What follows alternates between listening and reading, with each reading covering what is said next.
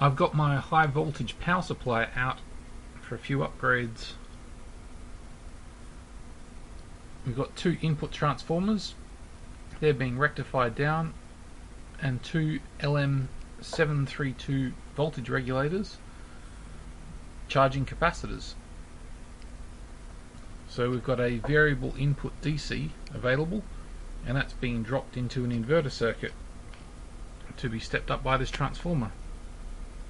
Now, I've been looking around for a good sine wave driver to do a better job driving the transistor, but they've all been pretty bad, so that inspired me to make this video.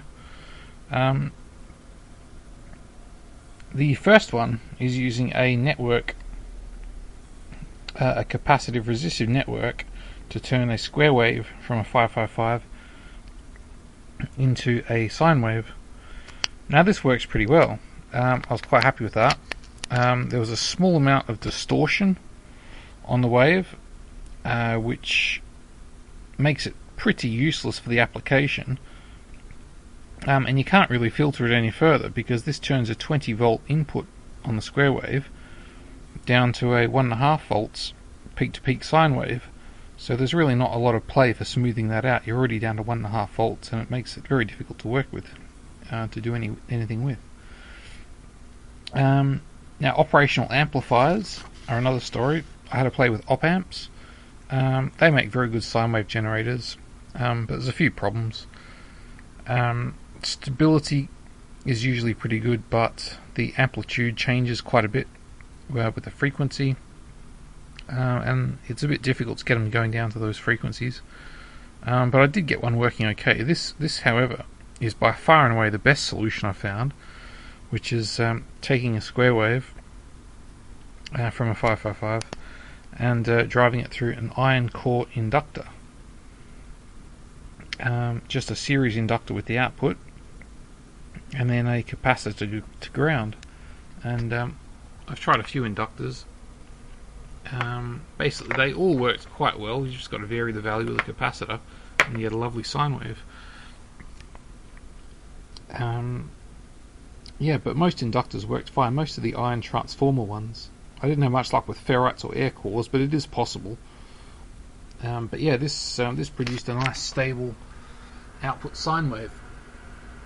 Now what I've done at this point is put the sine wave through two back-to-back diodes, and I'm measuring it at two different locations now. So basically I've split the sine wave in half, so I can send one half to one transistor and the other half to the other transistor. The only thing I've got left to do is find some really low forward voltage diodes, so I'm not having this, there's a tiny little gap in between. So I'd rather have a perfect sine wave going into the transformer than have that little bridging gap. And you can ignore the rest of the circuit, but that's the 555, and it's yeah, coming out, going through there to a 1 microfarad capacitor and into the back-to-back diodes. And then I've got a voltage divider which allows me to do what you saw on the scope, which was adjust the division on the signal, because as you can see we can just move that up and down, and that's changing the earth reference on the oscilloscope. So as the earth reference goes up and down, I can decide how much sine wave I want above and below the midline, and of course I want it about equally, so I'm going to leave it there. But that's all that does. Changes the earth reference.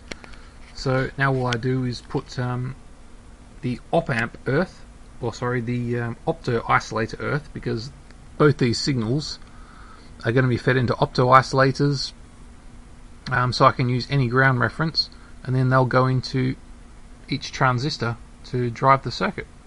So yeah, pretty straightforward and really clean. So thanks for watching. Check back soon for some more OU transformer goodness.